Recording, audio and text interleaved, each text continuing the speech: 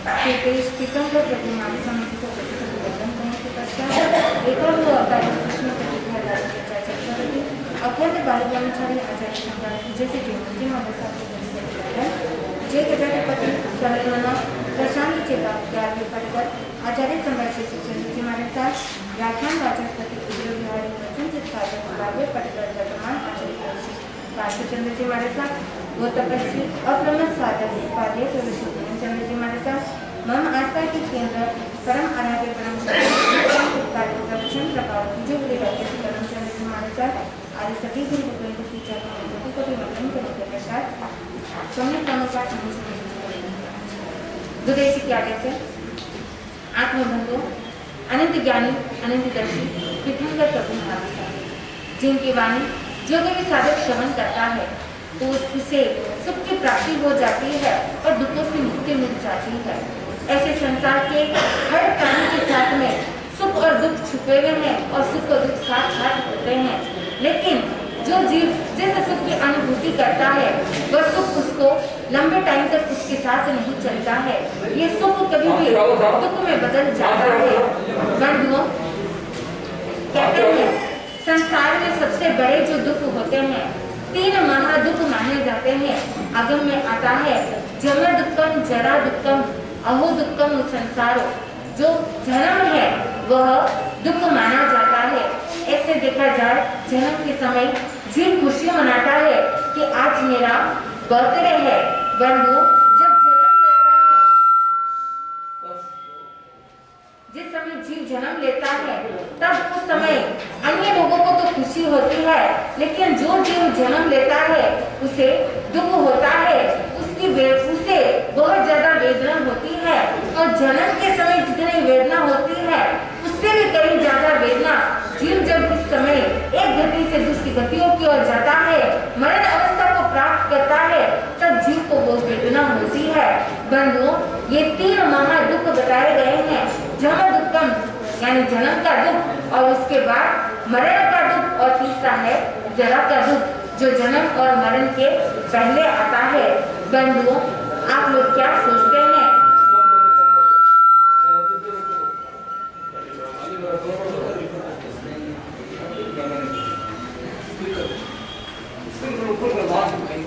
जिस समय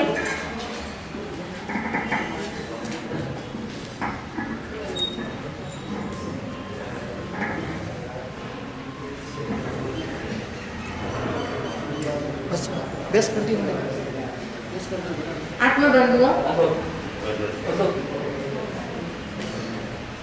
संसारिक जीव जो भी होते हैं वो जो भी जन्म लेते हैं उनको एक न एक दिन मरण को प्राप्त करना होता है।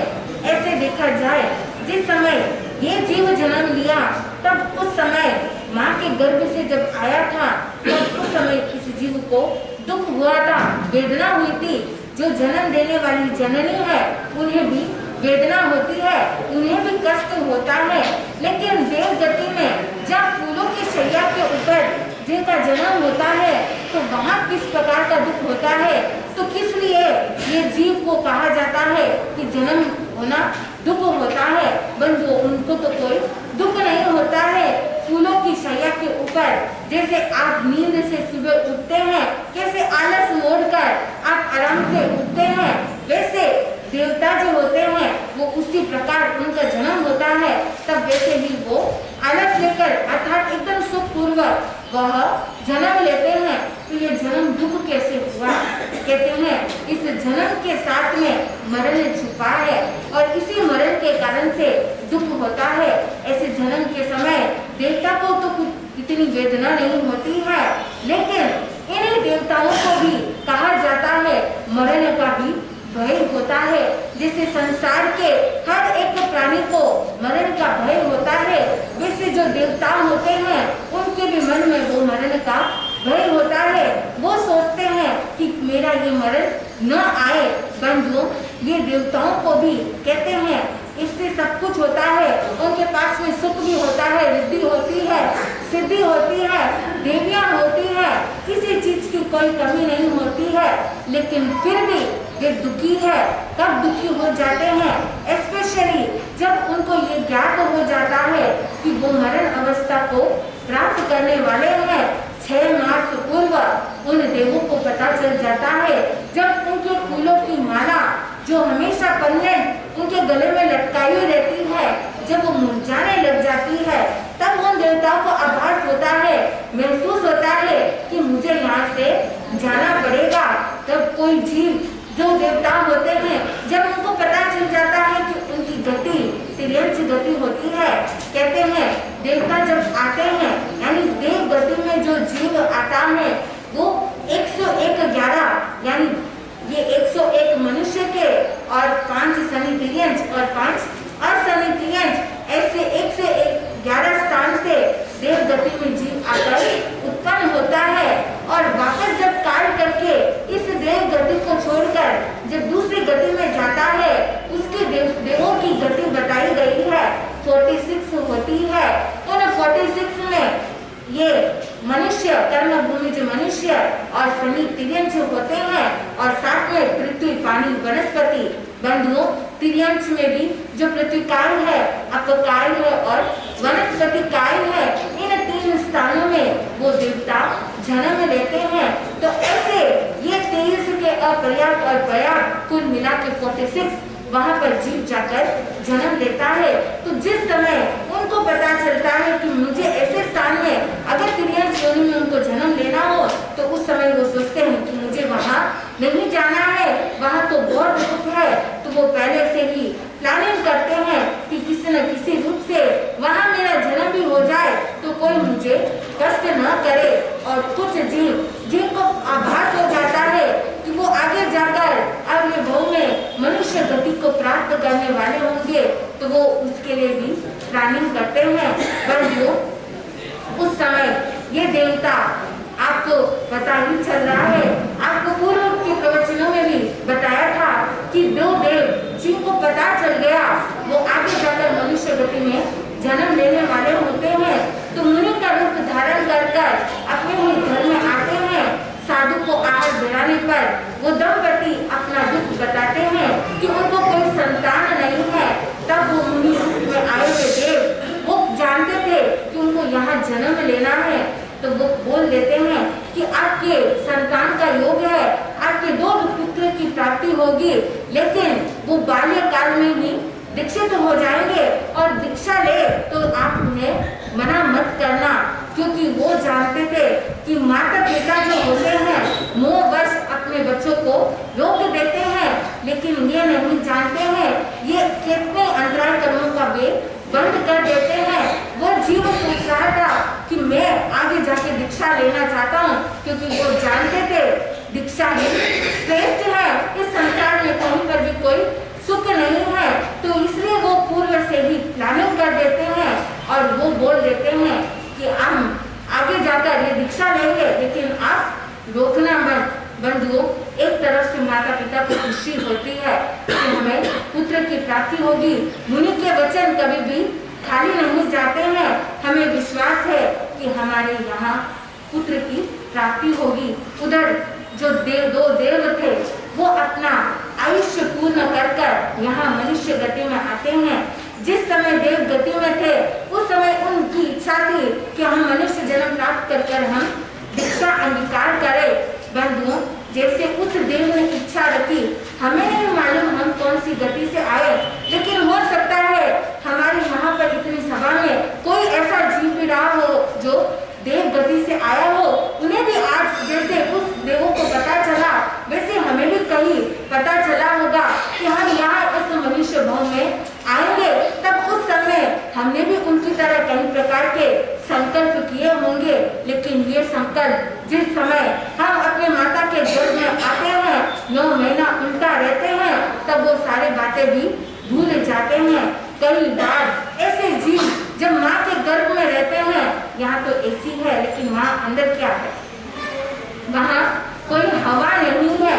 बंधुओं, माँ के बच्चे जो होते हैं, माँ जो आहार करती है उसी में से बच्चा आहार करता है, वही उसी गंदे स्थान में उसको रहना पड़ता है, वही वो पालन और उसका पोषण होता है। ऐसे स्थान में रहकर वो 9 महीने वो सोचता है कि कब ये 9 महीने पूरे हो और कब मैं बाहर निकालूं।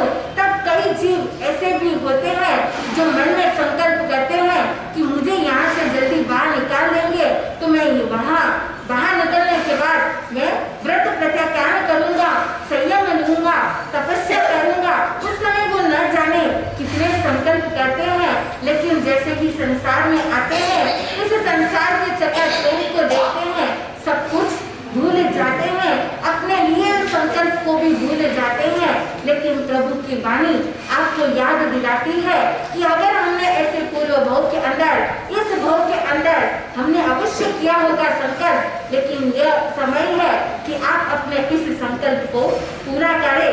लेकिन संकल्प पूरा करना भी चाहता है कोई जीव तो उसके बहुत अंतराय आती है, बहुत बाधाएं आती है। कोई चाहता है अपने कदम को आगे बढ़ाने के लिए, लेकिन पीछे ऐसे व्यक्ति भी होते हैं जो उनकी टांग खींच देते हैं, उसे रोक देते हैं। लेकिन वीर पुरुष किसी के रोकने पर भी कभी रुकते नहीं हैं।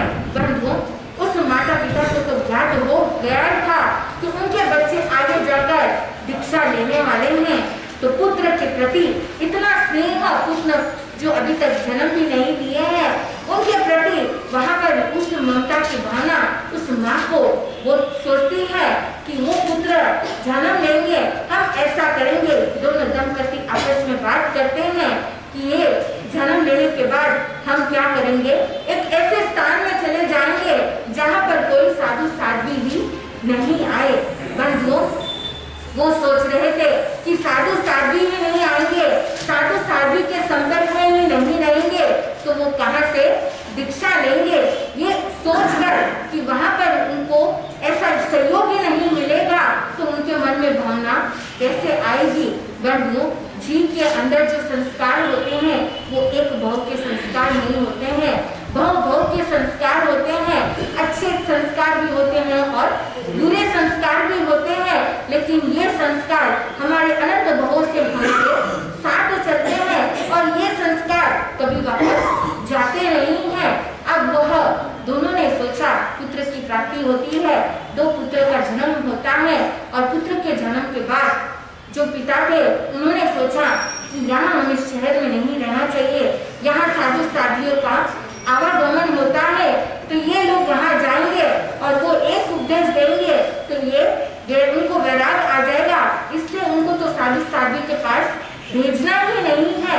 हम एक काम करते हैं, ऐसे एकांत में चले जाते हैं, जंगल में चले जाते हैं जहाँ कोई साधु साध्वी भी नहीं आते हो, वहाँ कोई आएंगे नहीं तो ये कहाँ से उनके मन में भाव आएंगे और कहाँ से वो दीक्षा लेंगे। बंधुओं, ऐसे कई लोग होते हैं, ऐसे कई माता पिता होते हैं, वो बच्चों को इसलिए नहीं भेजते हैं साधु साध्वी के पास कि मन में उनको डर रहता है कहीं वो जाएगा तो वह दीक्षा ले लेगा, लेकिन ये नहीं सोचते हैं कि अगर वहाँ आप नहीं भेजोगे तो उसके मन में उनके संस्कार की प्राप्ति उन्हें कैसे होगी। धर्म एक ऐसा मार्ग है जो आपको मॉरल वैल्यू सहज में सिखाता है। अहिंसा है, झूठ है, जो अहिंसा है, सत्य है, अचौर्य है, ब्रह्मचर्य है और परिग्रह है, जो ऐसे मूल सिद्धांत है जिनके आचरण से स्वयं भी सुखी होते हैं और दूसरे भी सुखी होते हैं। लेकिन ऐसे मॉरल वैल्यूज आप जब धर्म स्थान में आते हो तो आपको ये सीखने को मिलता है। वो माता पिता ने सोचा हम जंगल चले जाते हैं, जंगल में रहते हैं, आराम से रहते हैं। अब वहां तो चले गए, ये तो विश्वास हो गया कि यहाँ कोई साधु साध्वी नहीं आएंगे, लेकिन अगर कोई चांस बाई चांस अगर कोई आ गए तो क्या करेंगे, ये मेरे बच्चे तो हमारे हाथ से चले जाएंगे। तो इसलिए उन्होंने क्या किया, दोनों बच्चों के मन में भय उत्पन्न कर दिया। उन्होंने क्या किया कि देख, जब भी तुम किसी ऐसे सफेद वस्त्र वाले, सफेद मुकुट धारण करते हुए, हाथ में कुछ लकड़ी लेते हुए और उनके हाथ में कुछ झोली जैसे होगी, अगर ऐसे किसी को भी देखे तो भूल चूक भी तुम उनके पास में मत जाना। तो वो उनके हाथ में जो कपड़ा होता है उसमें चारों चुकी मतलब चक्कू आदि होते हैं, शस्त्र होते हैं, उनमें वो बच्चों को पकड़कर वहां पर उस शस्त्र से उनके आभूषण सब छीन कर उनको मार देते हैं। तुम अभी छोटे छोटे बच्चे हो तो तुम ये ध्यान रखना कि कभी भी तुम ऐसे वेशधारी को देखो तो उनके पास में तुम मत जाना। अगर तुम चले गए तो तुम्हारे लाइफ के लिए हानिकारक है। बंधुओं, कौन कह रहा है ऐसा? माँ बाप कह रहे हैं। जो माँ बाप अपने बच्चों को संस्कारित करके महान बना सकते हैं, वो ही माँ बाप अपने बच्चे को गलत शिक्षा दे रहे हैं, गलत राह पर चला रहे हैं और साथ में उनके मन में भय उत्पन्न करते हैं। बंधुओं, बचपन में अगर भय उत्पन्न किया जाता है तो वो भय कभी जाता नहीं है। आज आप लोग में से भी कितने ऐसे होंगे जो अंधकार से डरते हो, कितने ऐसे होते हैं जो भूत के नाम से डरते होंगे। ये क्यों डरते हैं, किस कारण से डरते हैं? इसका कारण है कि जब हम बाल्य अवस्था में, जब हम कोई भी खेल रहे थे, अब कोई बच्चा वो बालकनी में जाता है, वो कहीं गिर न जाए तो वो बोल देते हैं कि भाऊ आएगा, वो भूत आएगा, वो काला नाग आएगा, न जाने कैसे ही उसके मन में वो डर उत्पन्न कर देते हैं। वो बच्चा कहीं जाए नहीं, इसलिए ऐसे बात कहते हैं। बंधुओं, उसके लिए आपको डर उत्पन्न करना है तो ऐसी तरह से, इस तरह से नहीं करना चाहिए। अब वही बच्चा इतना आप उनके मन में भय उत्पन्न कर देते हैं कि वो रात्रि में अगर अंधकार हो तो वो अकेला जाना भी वह उसे डर लगता है। और इसी डर के कारण से कई बच्चे जिनको रात्रि के समय जब उनको लघु शंका लगती है तो वो लघु शंका अकेले जाना, अब किसको नींद से उठाए, कौन उठाएगा, कौन मेरे साथ चलेगा, तो वो भय के कारण से बड़े हो जाते हैं लेकिन वो अकेले नहीं जा सकते, इसलिए वो बेड पर ही वो लघु शंका कर देते हैं। इसका कारण मेन यही होता है कि वह भय संज्ञा जो बचपन के अंदर माता पिता फीडिंग करते हैं। बंधुओं, बचपन के अंदर जो हमारा जो जीवन होता है वो कच्चे मिट्टी के समान होता है। जिस तरह से आप उसको डालोगे वैसे ही वह बढ़ जाएगा। अगर ऐसे भय संज्ञा आप उत्पन्न करोगे तो वो भय संज्ञा वापस वो माइंड से कभी जाता नहीं है। उसको निकालने के लिए वापस उसी सबकॉन्शियस माइंड में जाकर वो भय संज्ञा को निकालना पड़ता है। बंधुओं, अब वो माता पिता दोनों अपने बच्चे के मन में इतना भय बढ़ देते हैं, अब उनको इतना ही डर लगता है जैसे एक बच्चे को भूत के नाम से, काली बिल्ली के नाम से जैसे डर लगता है, वैसे ही उन बच्चों को डर लग रहा था उन वेशधारी साधुओं से। बंधुओं, संयोग की बात, उस जंगल में एक साधु जो रास्ते में विहार कर रहे थे, विहार करते करते वो भटक जाते हैं और वापस उसी जंगल में जहाँ और कोई नहीं, वो ही परिवार भृगु पुरोहित, उनकी पत्नी यशा और उनके 2 पुत्र रहते थे। उस जंगल में वो मुनिराज आते हैं और मुनिराज को पता चला यहाँ घर है तो वो आहार की गवेषणा के लिए वहाँ जाते हैं। जैसे ही वो मुनि को देखती है, वो यशा भार्या मुनि को देखकर वो चौंक जाती है, उसे शौक लगता है कि इस जंगल में यहाँ मुनि कैसे आए हैं, और मन में वो बात याद आ जाती है जो पहले एक मुनि ने कही थी कि तुम्हारे दोनों पुत्र आगे जाकर शिक्षित होंगे। बंधु, ये भार्य यशा जैसे ही मुनिराज को देखती है उसके मन में भय संज्ञा चालू हो जाती है, वो डरने लग जाती है कहीं ये मुनिराज मेरे बच्चों से मिल न ले, और बच्चे अगर मिल जाएंगे तो कहीं उनकी बातों में आकर उनको वैराग्य न हो जाए। इसलिए वह तुरंत जाती है किचन के अंदर, जो आहार बना था अच्छे भाव से बना देती है, और उसके पश्चात दोनों भृगु पुरोहित और यशा मुनिराज को कहते हैं कि हमारे जो 2 पुत्र हैं वो बहुत ही शैतान है, वो बहुत ही ज्यादा मस्ती करते हैं, कहीं वो आपको तकलीफ न दे, वो अभी इसी जंगल में वो खेल रहे हैं तो आपको तकलीफ न हो, इसलिए आप शीघ्र ही शीघ्र यहाँ से आप विहार कर देना। बंधुओं, कोई तो खुश होता है कि मुनिराज पधारे हैं, लेकिन उनको तो खुशी के स्थान में उनको दुख हो रहा है कि यहाँ आगे कहीं अब मेरे बेटे माँ मेरे हाथ से चले न जाए। बंधुओं, व्यक्ति मोह के कारण से वो ऐसा करता है, वह मोह जो इस भव में भी दुखदायी है और आने वाले भव में भी दुखदायी है, यही मोह है जो व्यक्ति को मौत के मुंह लेके जाता है, और यही मोह अगर हम शेयर कर देते हैं तो जीव मोक्ष की ओर चला जाता है। अब वो भार्या और जो भृगु पुरोहित था वो मन में डर था कि कहीं अब मुनिराज उनसे मिल न ले।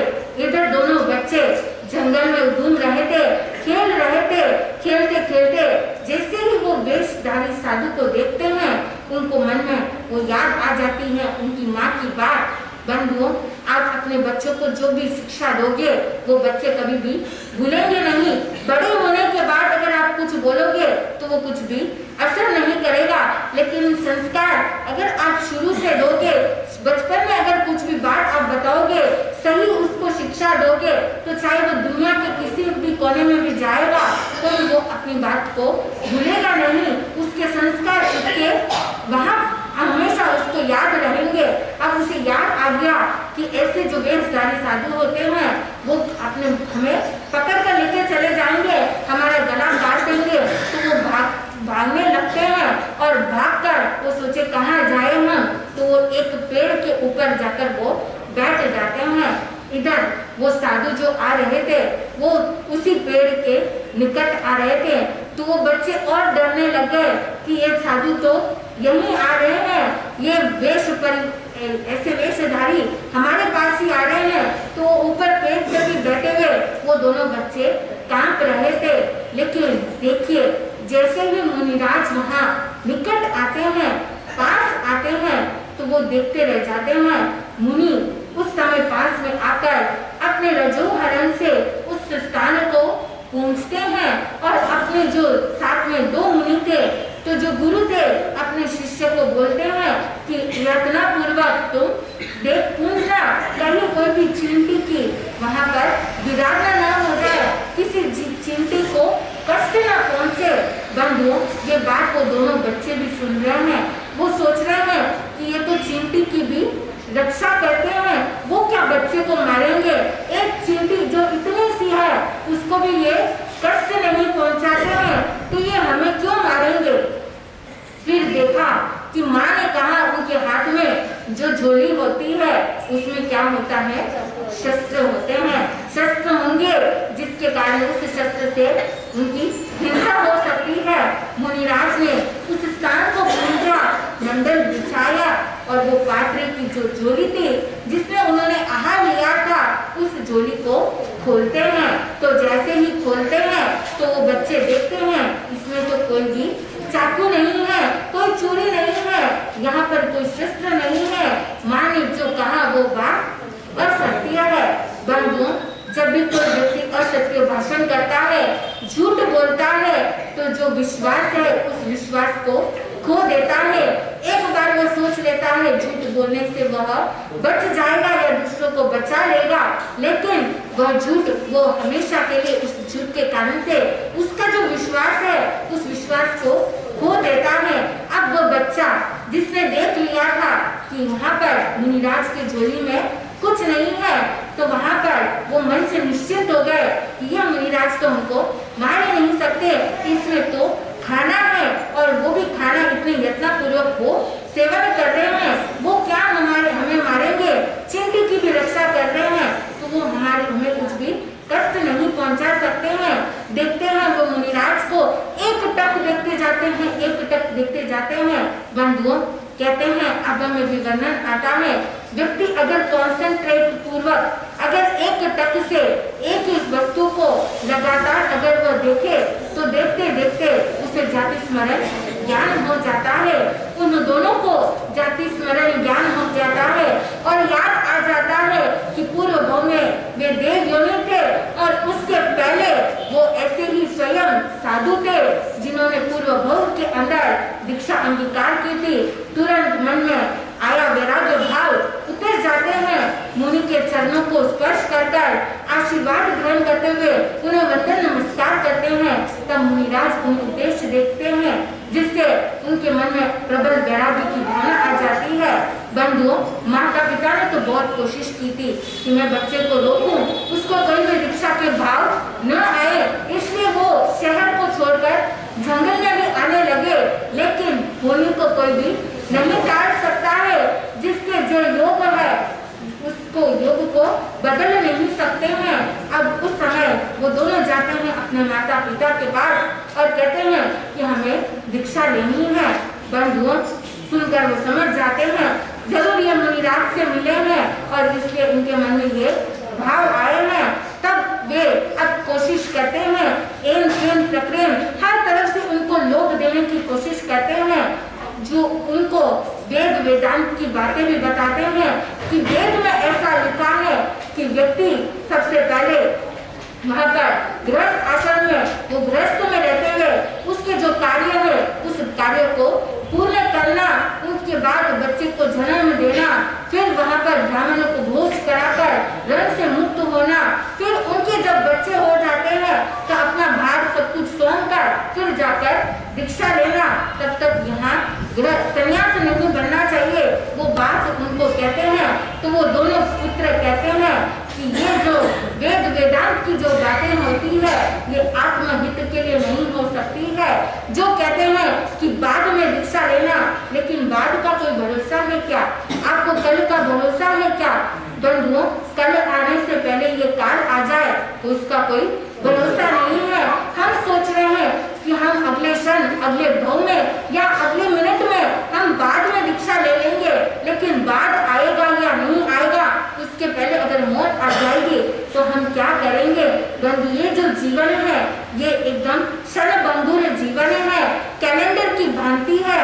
जैसे कैलेंडर में आप देखते हैं डेट सेम आ सकता है, डे सेम आ सकता है, जो 24 हवर्स है वो 24 हवर्स आ सकते हैं, लेकिन जो समय आया, वो जो समय चला गया वो वापस लौट कर आने वाला नहीं है। बंधुओं, इसी तरह से ये जो हमें जीवन मिला, ये जीवन भी वापस मिले या न मिले इसका कोई भरोसा नहीं है। व्यक्ति वृद्ध अवस्था का इंतजार करता है, थोड़ा बड़ा होने का इंतजार करता है, सोचता है कि घर परिवार में हूँ, यहाँ पर जब आती है बात तो बोलते हैं कि मैं थोड़े बेटे को बना दूं, उसके बाद मैं निवृत्त हो जाऊंगा। जब बेटे को शादी हो जाती है फिर बोलते हैं पोते पोती का मुंह देख लूं, उसके बाद मैं निवृत्त हो जाऊंगा। पोते पोती भी हो जाती है, दोती भी हो जाती है, फिर बोलते हैं उनकी वापस शादी देख लूं तो फिर मैं निवृत्त हो जाऊं। और उनकी शादी होने के बाद फिर इच्छा होती है कि पड़ पोता और पड़ पोती देखूं, उनको सोने की सीढ़ी पर चढ़ाऊं। बंधुओं, ये इच्छाएं तो कभी अंत होती नहीं है। इन इच्छाओं की पूर्ति करते करते ये जीवन का ही अंत हो जाता है।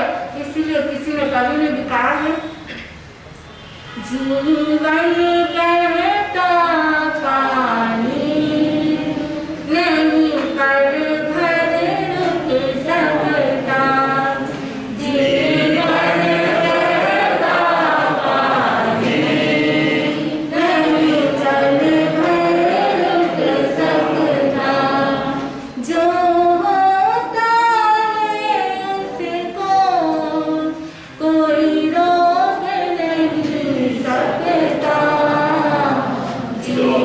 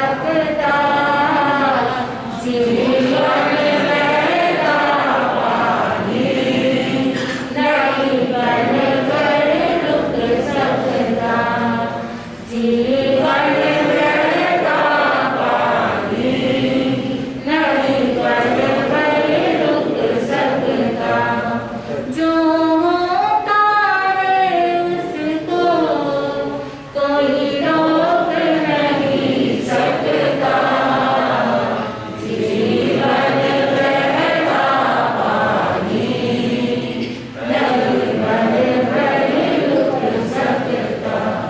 आत्मा बंधुओं, वो कवि यही कह रहा है कि ये जीवन बहते हुए पानी के समान है, जिसको हम रोक नहीं सकते हैं, और जो होने वाला है उसको भी हम रोक नहीं सकते हैं। एक व्यक्ति जाता है डॉक्टर के पास और वहाँ पर वो इलाज भी करता है, डॉक्टर उसको चेकअप भी कर लेता है, दवाई भी दे देता है, लेकिन इसी के बीच में अगर उसको हार्ट अटैक आ जाता है और उसकी मृत्यु हो जाती है, तो डॉक्टर भी क्या कर सकता है।